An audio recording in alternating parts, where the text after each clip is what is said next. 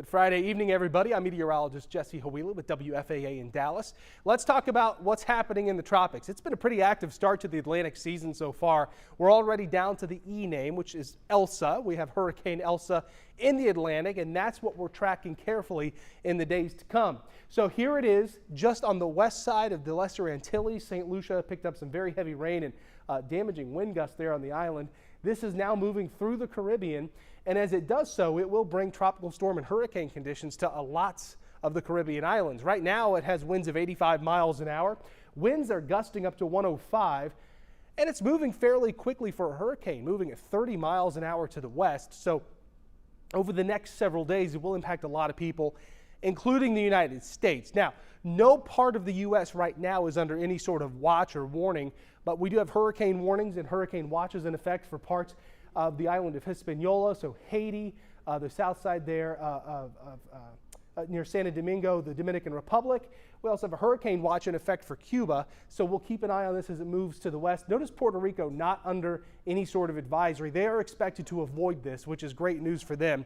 Now, as it moves through the Caribbean, it's expected to maintain at least Category 1 hurricane strength. So that's why there's hurricane warnings here for the island of Hispaniola, hurricane watch for Cuba. As it moves over land, it will weaken a little bit, back down to tropical storm status by Monday afternoon.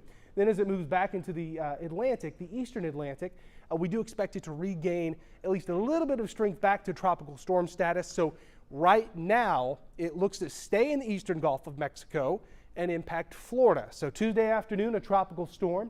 It'll be real close to hurricane strength. So we're going to keep an eye on this. But regardless of what the classification is, very heavy rain, some strong winds along the west coast of Florida. That will drag up through the southeast United States through next week. 4 to 6, up to 8 or 10 inches of rain is possible along the west coast of Florida from Tampa down through Bradenton, down through Fort Myers. Even in the Keys, Miami could see several inches of rain with this system, depending on the exact track. But right now, it looks like the heaviest rain will fall across the western portion of the state. Even Orlando, fittingly enough for Elsa, will see some very heavy rain out of this. So we'll be watching that in the days to come. Again, Hurricane Elsa there in the Caribbean. Keep it here on our YouTube channel at WFAA. We'll have the latest tropical updates in the days to come.